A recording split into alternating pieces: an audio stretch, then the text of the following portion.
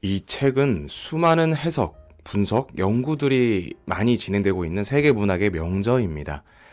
그런데 저는 이 책을 해석하기보다는 각자가 그레고르는 자신이 침대에서 흉측한 모습의 한 마리 벌레로 변한 것을 알아차렸다.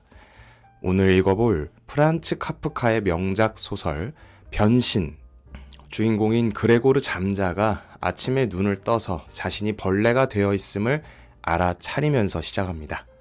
자, 책 줄거리 쉽게 알려드리고요. 관련한 이야기도 함께 해볼게요.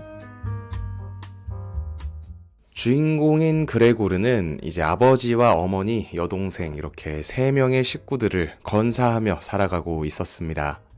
성실한 영업사원이었는데 자신이 벌어온 급여로 나머지 3식구가 살고 있었죠. 아버지가 사업에 실패한 이후 사실상의 가장이 된 거예요. 어느 날 아침 그는 잠에서 깨어나자마자 자신이 벌레로 변신해 있음을 알게 됩니다. 그런데 그 와중에도 아침 일찍 출장을 가야 하는데 어쩌지? 라는 걱정을 해요. 그레고르가 출근을 안 하니 다니던 회사의 지배인이 집에 찾아왔어요. 지배인은 그레고르에게 나오라고 재촉을 하고 가족들 또한 어서 방문 열어 출근해야지 하면서 그를 압박하죠. 자신의 일자리가 위험해질 것 같은 불안함을 느꼈던 그레고르는 다급히 변명을 하지만 밖에 있던 사람들에겐 그레고르의 말이 마치 짐승의 소리처럼 들렸어요. 가족들과 지배인은 몹시 놀라 당황했죠. 결국 가족과 지배인은 그의 흉측한 모습을 보고 맙니다. 지배인은 얼른 도망가 버립니다.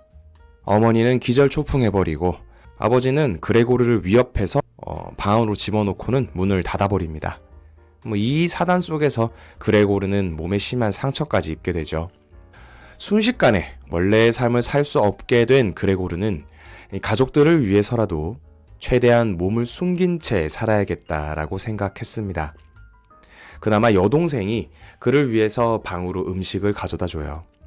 그레고르는 최대한 안 보이는 곳에 숨어 있다가 여동생이 음식을 두고 나가면 그제야 나와서 음식을 먹습니다. 벌레가 되어 아무것도 할 수 없는 혹은 아무것도 할 필요가 없어진 그레고르. 방 안에서 숨죽이고 있는 그에게 유일한 유익거리는 방의 벽이나 천장을 기어다니는 것뿐이었습니다. 그러다 여동생이 음식을 챙겨주러 올 때면 다시 숨었고요. 이쯤 돼서 여동생은 그레고르가 방 이곳저곳을 기어다니고 있다는 사실을 눈치챕니다. 어머니와 여동생은 그레고르가 방에서 편하게 움직이게 해야겠다는 생각으로 방 안에 있는 가구를 치우려고 합니다. 하지만 그레고르는 그것이 못마땅했어요. 자신이 인간일 때 사용하던 가구들마저 없어지면 이젠 스스로 인간이었던 것을 잊어버리게 되는 것은 아닐까 하는 공포가 아니었을까 생각해요. 방이 텅 비게 되면 사방으로 마음대로 기어다닐 수야 있겠지만 이와 동시에 자신이 과거의 인간이었다는 사실을 금세 깡그리 잊어버리게 되진 않을까? 하긴 그는 지금 벌써 거의 잊어먹고 있었다. 아무것도 치워서는 안 될 일이다. 모든 게 제자리에 있어야만 한다. 가구를 치우려던 어머니도 비슷한 생각을 했습니다.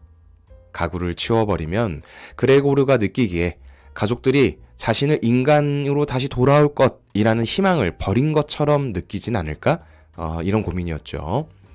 하지만 여동생의 고집으로 두 사람은 가구들을 밖으로 내갔어요. 가족들이 무서워할까봐 숨어있던 그레고르는 그 모습을 보고만 있었지만 그 와중에 벽에 걸린 액자만큼은 내놓기가 싫었습니다. 그래서 벽으로 기어 올라가서 액자를 붙잡고 있었죠. 이때 여동생이 그를 보고 말았지만 이번만큼은 숨지 않았습니다.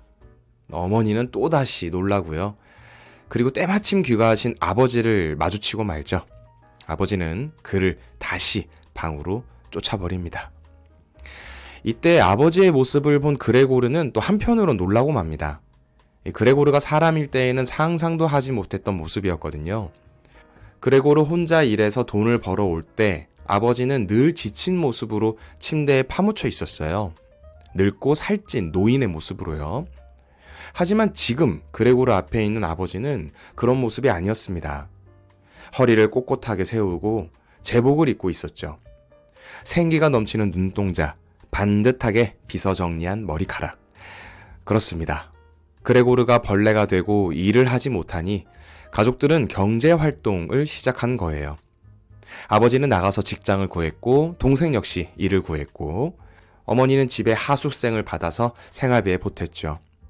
다들 일하면서 피곤해지고 예민해집니다. 그리고 그레고르는 가족들에게 점점 더 힘들고 귀찮은 존재가 되고 말죠.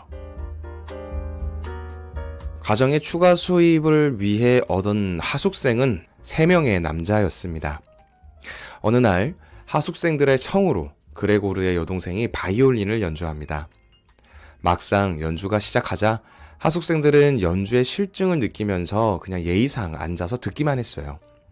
하지만 방에서 그 연주를 듣고 있던 그레고르는 홀린 듯이 방 밖으로 나옵니다. 음악에 이토록 감동을 받았는데도 그가 짐승이란 말인가?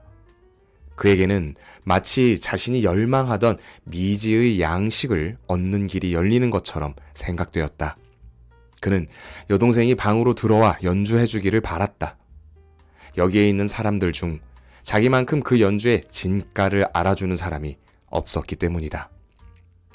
그러나 그의 모습을 처음 본 하숙생들은 기겁을 하면서 화를 냈고 가족들 또한 폭발합니다. 심지어 그나마 그레고르를 챙기려고 했던 그의 여동생은 더 이상 그레고르와 살 수 없다고 소리칩니다. 이 정신적으로나 육체적으로나 점차 지쳐갔던 것이죠. 저런 괴물을 오빠의 이름으로 부를 수는 없어요. 그래서 제가 하고 싶은 말은 우리가 저것에서 벗어나야 한다는 것뿐이에요. 우리는 그동안 저것을 돌보고 참아내기 위해 인간으로서 할 수 있는 일은 다 해봤어요. 우리를 조금이라도 비난할 수 있는 사람은 아무도 없을 거예요. 이 사단에 그레고르는 방으로 들어가기 위해서 움직였는데 이 모습조차도 이제는 가족들에게는 위협이 됐습니다. 그들은 그레고르가 방에 들어가자마자 방문을 닫아 잠궈버려요. 그리고 점차 방 안에서 죽어가게 됩니다. 가족들은 그의 죽음을 확인합니다. 그리고 어떤 해방감을 느꼈어요. 그들은 좋고 깨끗한 옷을 입고 함께 소풍을 떠납니다.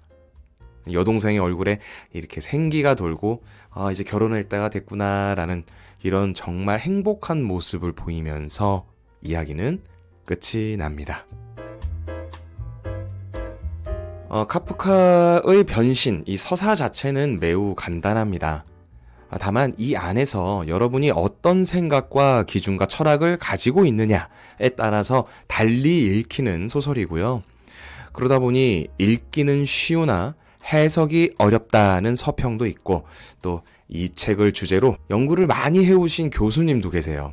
자, 몇 가지 제가 느꼈던 어떤 감상을 기준으로 이야기를 해보자면요. 첫 번째는 인간 실존에 대한 이야기입니다.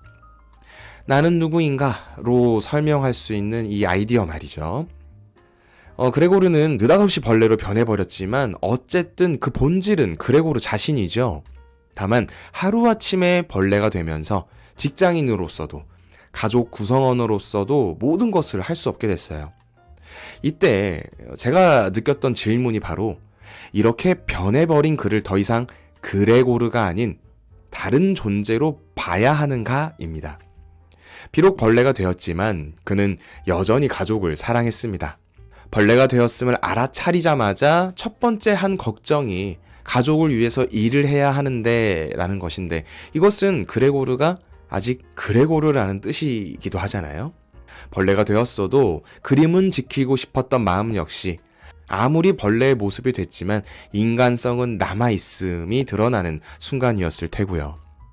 저는 이 장면에서 외적인 변화가 내적인 자아까지도 바꿔버릴까 하는 두려움의 치열함을 느낄 수 있었습니다. 그리고 여동생의 바이올린 소리를 듣기 위해 방 밖으로 나오는 장면 있죠. 가장 인간 같지 않은 모습의 존재가 가장 인간적인 아름다움을 추구하는 이런 아이러니, 이런 심미적인 행동 역시 순식간에 벌레가 되었음에도 이 내면은 그레고르 본인이라는 이 실존을 유지하는 나름의 치열함이 아니었을까? 이런 생각도 들었고요. 그러면 독자는 이런 질문을 할 수 있습니다. 벌레가 된 그레고르는 벌레인가 그레고르인가? 작가인 카프카를 생각하면서 이 질문을 하다 보면 조금 더 깊은 통찰을 할 수가 있는데요.